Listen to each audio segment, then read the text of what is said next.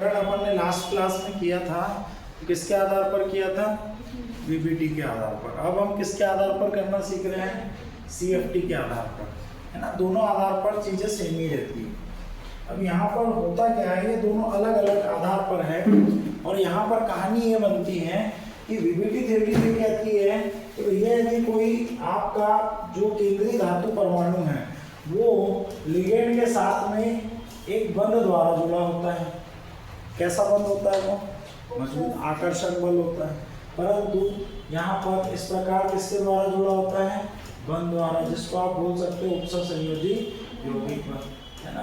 परंतु परंतु परंतु यहाँ पर जो क्रिस्टल फील्ड थ्योरी कहती है कि इनके बीच में केवल और केवल कोई भौतिक बल नहीं पाया जाता है, कोई भौतिक बल नहीं पाया जाता है, केवल इनके बीच क्या पाया जाता है? एक आकर्षक बल, जो कि वैद्युत रासायनिक वैद्युत बल हो सकता है। ये इसके बीच में कौन सा बल बताने का प्रयास किया है? यहाँ पर रासायनिक बल, और यहाँ पर बताने का प्रयास किया है कौन सा? वैद्युत बल। कौन सा बल? वैद्युत आकर्षक बल, जो कोई बहुत खास या बहुत कोई मजबूत बंध नहीं होता, है ना। तो कोई बहुत खास या बहुत कोई मजबूत बंध नहीं होता, है ना। इस प्रकार से तो ये कहती है कौन सी? Crystal field theory. ये क्या कहती है? क्रिस्टल फील्ड थ्योरी या क्रिस्टल बंध, क्रिस्टल क्षेत्र सिद्धांत ये बताने का प्रयास करता है। आई के बात समझ में? अब मैंने बोला कि जो क्रिस्टल क्षेत्र सिद्धांत होता है वो किस प्रकार से अपने आप की व्याख्या करता है, उस चीज को समझते हैं। हमने बोला यहाँ पर जो केंद्रीय धातु परमाणु है, क्या बोला मैंने? जो केंद्रीय धातु परमाणु है, कौन सा? केंद्रीय धातु परमाणु का एक डी कक्षक यदि हम बनाए तो उसका इलेक्ट्रॉनिक विन्यास कुछ इस प्रकार से होगा। 2, 3, 4 और ये 5 कक्षक होते हैं। क्या नाम होते हैं इनके? D X Y, D Y Z और डी जेड एक्स और D X square minus Y square और डी जेड स्क्वायर, है ना। ये 5 होते हैं, है ना। अब क्रिस्टल फील्ड थ्योरी ये कहती है कि सर जैसे जैसे यहाँ पर केंद्रीय धातु परमाणु के पास जो आपका लिगेंड होता है, लिगेंड का के लिए आ रहा है बंध बनाने के लिए, लिगेंड का के लिए आ रहा है बंध बनाने के लिए, लिगेंड का के लिए आ रहा है बंध बनाने के लिए, तो जैसे जैसे ये इसके नजदीक आता है वैसे वैसे यहाँ पर जो केंद्रीय धातु परमाणु होता है इसके कक्षक में उपस्थित इलेक्ट्रॉन और जो आपका लिगेंड आ रहा है उसके पास जो इलेक्ट्रॉन युग्म उपस्थित है, इन दोनों में प्रतिकर्षण होने लगता है। क्या होने लगता है? प्रतिकर्षण। पर लिगेंड पूर्ण प्रयास करता है कि वो किसके पास आ जाए? किसके पास आ जाए? केंद्रीय धातु परमाणु के पास, है ना।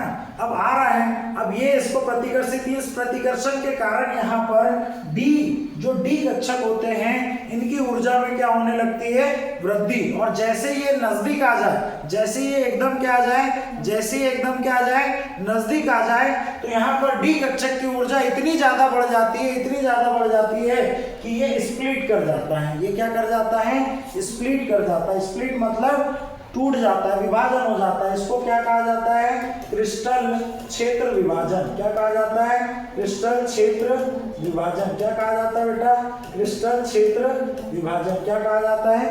क्रिस्टल क्षेत्र विभाजन। मैंने आपको ये लास्ट चैप्टर में भी जो डी और एफ ब्लॉक के तत्व थे उसमें भी ये बताया था, जहां पर आपके रंगीन आयन बनाने के पीछे की थ्योरी थी कि जो डी कक्षक है ये अपने आप में क्या हो जाएगा? टूट जाएगा। और ये कितनी कक्षाओं में टूट जाएगा बेटा? इस प्रकार से यहाँ पर 3 कक्षा इसकी कहाँ पर आ जाएगी? नीचे की ओर, और 2 कक्षाएं कहाँ आ जाएगी? ऊपर की ओर। यहाँ पर कौन सी कक्षा आएगी बेटा? D X Y, D Y Z और डी जेड एक्स। और यहाँ पर क्या आ जाएगी? D X square minus Y square और डी जेड स्क्वायर। आई के यहाँ तक बात समझ में? मैंने बोला क्रिस्टल फील्ड थ्योरी क्या कहती है? क्रिस्टल फील्ड थ्योरी, क्रिस्टल क्षेत्र सिद्धांत क्या कहता है?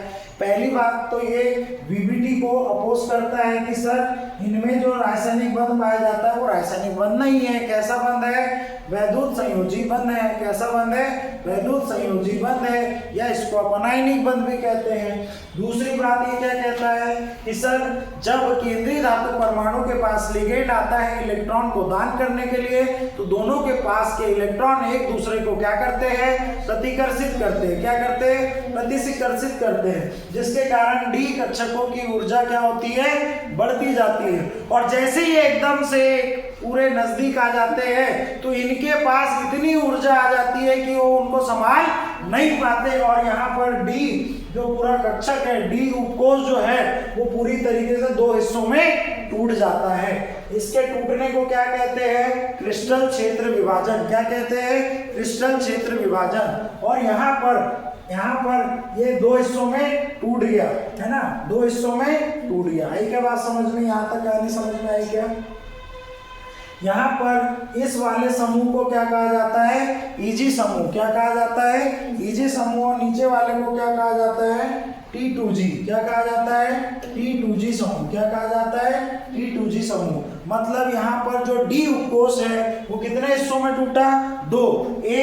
एक समूह को क्या कह रहे हैं, जिसमें दो ऑर्बिटल है उसको ईजी कह रहे हैं, और तीन वाले को क्या कह रहे हैं, T2G। क्या कह रहे हैं, T2G। पॉइंट क्लियर हुआ क्या यहाँ तक, पॉइंट क्लियर हुआ क्या यहाँ तक, आई क्या बात समझ में? अब कहने का मतलब ये है कि कहीं ना कहीं ईजी समूह और T2G समूह में क्या होगा, ऊर्जा का अंतर होगा। क्या होगा, ऊर्जा का अंतर होगा। इस ऊर्जा के अंतर को क्या कहा जाता है, इसको किससे प्रदर्शित किया जाता है, डेल नॉट से। किससे प्रदर्शित किया जाता है, डेल नॉट से। और इसको क्या कहते हैं, विस्फुटन ऊर्जा। क्या कहते हैं, विस्फुटन ऊर्जा। पॉइंट क्लियर हुआ क्या? फिर से एक बार, मैंने बोला क्रिस्टल फील्ड थ्योरी क्या कहती है सर, क्रिस्टल फील्ड थ्योरी ये कहती है कि जो बीपीटी थ्योरी में जो रासायनिक बंध है लिगेंड और किसके बीच में, लिगेंड और किसके बीच में, केंद्रीय धातु के बीच में, वो बंध एक्चुअल में रासायनिक बंध ना होकर कैसा बंध है, विद्युत संयोजक बंध है ना। और ये एक प्रकार का छोटा कमजोर आकर्षण बल है ना। कमजोर आकर्षण बल को इस तरीके से डैशलेस फॉर्म में दिखाया जाता है ना, ठीक। और जब केंद्रीय धातु परमाणु के पास लिगेंड इलेक्ट्रॉन दान करने के लिए आता है तो जैसे जैसे ये पास आएंगे तो इनके इलेक्ट्रॉनों के कारण क्या होगा, प्रतिकर्षण, जिससे डी उपकोष की कक्षकों की ऊर्जा में क्या होगी, वृद्धि होगी। और जैसे ही ये एकदम नजदीक आ जाएगा तो इसके पास इतनी ऊर्जा बढ़ जाएगी कि ये अपने ही डी उपकोष को तोड़ देगा, ब्रेक कर देगा। किसमें, ईजी समूह में और T2G समूह में। किसमें, ईजी समूह में और T2G समूह में। इसको कहते हैं क्रिस्टल क्षेत्र विभाजन। क्या कहते हैं? और इसके दोनों समूहों में जो ऊर्जा का अंतर होगा उसको क्या कहा जाता है, विस्फुटन ऊर्जा। क्या कहा जाता है, विस्फुटन ऊर्जा। पॉइंट क्लियर हुआ क्या यहाँ तक, पॉइंट क्लियर हुआ क्या, ठीक। सर दूसरी बात क्या है, दूसरी बात है, मैंने कल बताए थे आपको प्रबल लिगेंड। क्या बताए थे, प्रबल लिगेंड। कौन कौन से होते हैं बेटा प्रबल लिगेंड, कौन से होते हैं प्रबल लिगेंड? CnCO। अच्छा एक सेकंड है ना, एक सेकंड।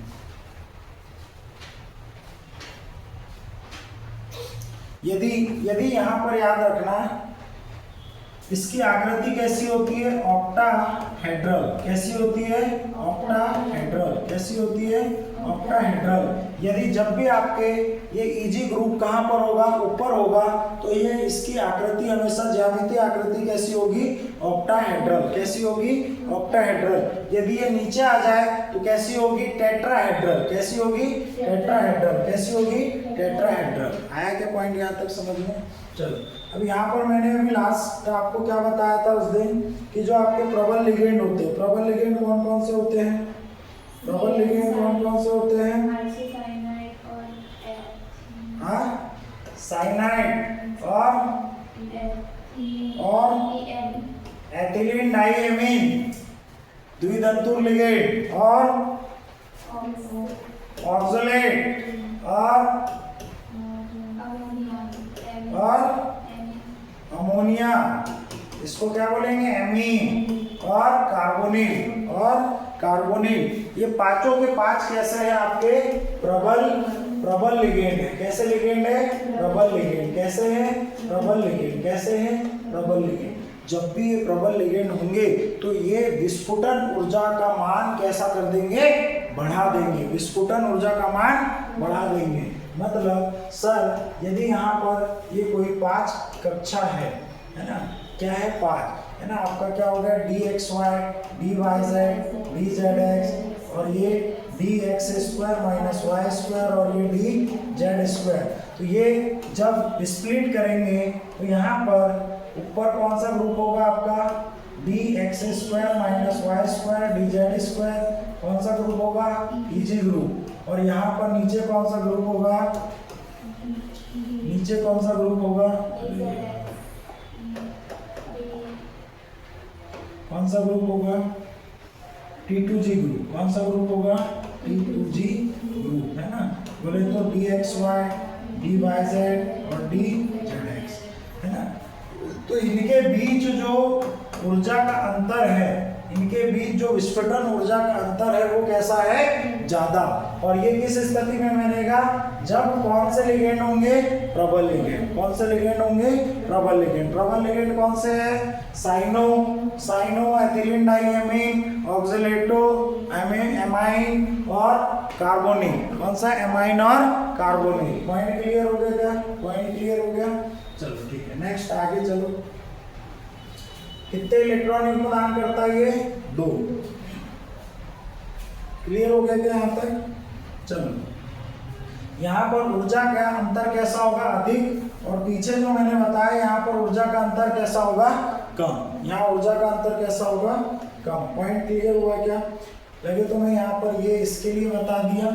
अब यहाँ पर मैं कुछ दुर्बल लिगेंड की बात करूँ। किसकी बात करूँ, दुर्बल लिगेंड। दुर्बल लिगेंड में कौन आ जाएंगे आपके, दुर्बल लिगेंड में क्या आ जाएगा, OH minus, chlorine minus, chlorine minus, बोले तो हाइड्रोक्सो और आपका क्लोराइडो, ये सब क्या है, दुर्बल।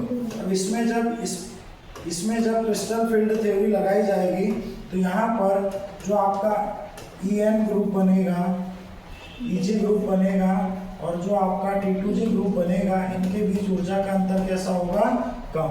इनके बीच ऊर्जा का अंतर कैसा होगा, कम। यहाँ पर कम होगा और यहाँ पर कैसा होगा, अधिक होगा। बस इनमें यही दो क्या है, अंतर। पॉइंट क्लियर हुआ क्या, पॉइंट क्लियर हुआ क्या यहाँ तक। चलो अब हम यहाँ पर क्या निकालेंगे, इसका ऑक्सीकरण अवस्था दर्शाएंगे। क्या दर्शाएंगे, आपको एग्जाम में पर्टिकुलर बोलेगा कि VBT थ्योरी के द्वारा या क्रिस्टल क्षेत्र सिद्धांत के द्वारा क्या दिखाओ, यौगिक की ऑक्सीकरण अवस्था। क्या दर्शाओ, यौगिक की ऑक्सीकरण अवस्था। तो यहाँ पर हम अभी यहाँ पर ले रहे हैं FeOH6 और यहाँ पर कितना 4 माइनस, है ना। इसका क्या बताना है अपने को, संकरण अवस्था। क्या बतानी है, संकरण अवस्था, है ना। और साथ ही साथ इसके कुछ क्या बताने हैं, गुणधर्म। और किसके माध्यम से, CFT के माध्यम से। CFT बोले तो क्रिस्टल फील्ड थ्योरी, बोले तो क्रिस्टल क्षेत्र सिद्धांत। अब हमको पता है कि सर Fe में जो B होता है, B में कितने होते हैं सर, 6, 1 2 3 4 5 और ये 6 और 4s2। यहाँ कितने होते हैं, 2। यहाँ कितने होते हैं, 2। यही बनाना है अपने को, है ना। अब यहाँ पर इसकी संयोजकता कितनी निकलेगी, +2। कितनी निकलेगी, +2। बोले तो 2+। मतलब यहाँ पर क्या हो जाएगा आपका, इस तरीके से 1 2 3 4 5 6 और यहाँ पर ये S ब्लॉक क्या हो जाएगा, खाली, है ना। अब चूंकि इलेक्ट्रॉन युग्म आ रहा है, इलेक्ट्रॉन युग्म आ रहा है, तो यहाँ पर ये जो 3D वाला होगा, ये जो 3D है, ये 4s है, ये 4s है, 1 2 3 4 5, है ना। इसमें ये भरे हुए हैं, इसमें ये भरे हुए हैं, है ना। ये ऊर्जा पाकर क्या होंगे बेटा, ये ऊर्जा पाकर क्या होंगे, पहले तो एक्साइटेड होंगे और एक्साइटेड होने के बाद ये क्या हो जाएंगे, टूट जाएंगे। एक्साइटेड होने के बाद ये क्या हो जाएंगे, टूट जाएंगे। कितने हो गए, 3 2 5, ठीक, टूट जाएंगे। और ये जैसे ही स्प्लिट करेंगे तो यहाँ पर मैं अंतर ज़्यादा बनाऊँ कि कम बनाऊँ, पहले ये बताओ। कम। क्यों, क्योंकि यहाँ पर आपका कैसा है, दुर्बल लिगेंड है। कैसा लिगेंड है, दुर्बल, है ना। कैसा लिगेंड है, दुर्बल, है ना। कैसा लिगेंड है, दुर्बल लिगेंड है ना। इस प्रकार से ये कौन सा ग्रुप है, EG और ये T2G ग्रुप, है ना। और इनके बीच ऊर्जा का अंतर कैसा है, कम। कैसा है, कम। आई के यहाँ तक बात समझना। अब समस्या यह है कि सर इलेक्ट्रॉन कैसे भरेंगे। समस्या यह है कि इलेक्ट्रॉन कैसे भरेंगे। चूंकि यहाँ पर कैसी ऊर्जा है, कम, तो हम पहले यहाँ से भरना शुरू करेंगे। कितने इलेक्ट्रॉन है यहाँ पर, 6। मैंने बोला 1 2 3, 1 2 3। अब यहाँ ऊर्जा कम है तो ये इलेक्ट्रॉन कहाँ जा सकता है, ऊपर। ऊर्जा का अंतराल कम है तो इलेक्ट्रॉन कहाँ जा सकता है, ऊपर। मतलब 5 6 भर दिया एक। अब फिर अगेन शुरू होगा कहाँ से, यहाँ से 5। कितने हो गए, 5। अब 6 है टोटल, तो एक और काम बनाएगा यहाँ पर, एक और काम बनाएगा यहाँ पर। पॉइंट क्लियर हुआ क्या, पॉइंट क्लियर हुआ क्या। यदि इनके बीच ऊर्जा का अंतर ज्यादा होता तो ये इलेक्ट्रॉन ऊपर पहुंच पाता क्या, इजी ग्रुप तक नहीं पहुंच पाता। और कहाँ बढ़ाते, पूरे के पूरे यहीं पर। आई क्या बात समझ में। ऊपर के कैसे रह जाते, खाली। ऊपर के कैसे रह जाते, खाली। यहाँ तक पॉइंट क्लियर हुआ क्या, यहाँ तक पॉइंट क्लियर हुआ क्या। आई क्या बात समझ में, आई क्या भाई बात समझ में, है ना। तो अब इसमें हम देखकर बताना है कि संकरण कौन सा है। इसमें हमको देखकर बताना है कि संकरण कौन सा है। तो यहाँ पर याद रखना, यहाँ पर दो ही तरीके के संकरण होंगे, D2sp3 या sp3d2। कौन से होंगे, दो ही होंगे, या तो D2sp3 या तो sp3d2। अब जब भी ऊपर के, जब भी Eg ग्रुप क्या होगा में इलेक्ट्रॉन भरा होगा, क्या भरा होगा, इलेक्ट्रॉन भरा होगा, तो यहाँ पर हमेशा कौन सा संकरण होगा, sp3d2। हमेशा कौन सा संकरण होगा, sp3d2। हमेशा कौन सा संकरण होगा, sp3d2। क्यों, क्योंकि इसमें तो इलेक्ट्रॉन भरा है ना, इसमें तो इलेक्ट्रॉन भरा है। ये कौन सा वाला है सर, ये तो सर x² - y² और dz² है, मतलब ये सबसे लास्ट वाली है। जब ये कैसी है, जब ये कैसी है, जब ये कैसी है, भरी हुई है, तो यहाँ पर इलेक्ट्रॉन युग्म आएगा क्या, नहीं आएगा। कौन से वाले में, 4d में। किसमें आएगा, 4p और 4d में। किसमें आएगा, 4s 4p और 4d में। इसीलिए कौन सा संकरण हो जाएगा, sp3d2 संकरण। कौन सा संकरण हो जाएगा, sp3d2।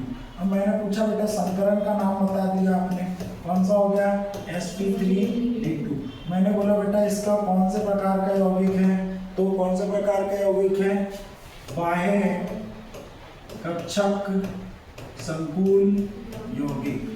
कल का याद आ रहा कि नहीं आ रहा, है ना, क्योंकि बाहर वाले डी ब्लॉक में, डी कक्षक में इलेक्ट्रॉन मतलब इलेक्ट्रॉन युग्म आए हैं, है ना। फिर उसके बाद क्या निकालते थे अपन, चुंबकीय गुण। क्या इसमें अयुग्मित इलेक्ट्रॉन है, बिल्कुल ऐसा, तो कैसे हो जाएगा, अनुचुंबकीय। दिख रहे कि नहीं अयुग्मित इलेक्ट्रॉन, तो कैसा हो जाएगा, अनुचुंबकीय। क्या और कुछ है ना, तो क्या बनाते थे, ज्यामिति। तो ज्यामिति में मैंने क्या बताया कि जब भी Eg ग्रुप ऊपर होगा तो कौन सा होगा, ऑक्टाहेड्रल। कौन सा होगा, ऑक्टाहेड्रल। कौन सा होगा, ऑक्टाहेड्रल।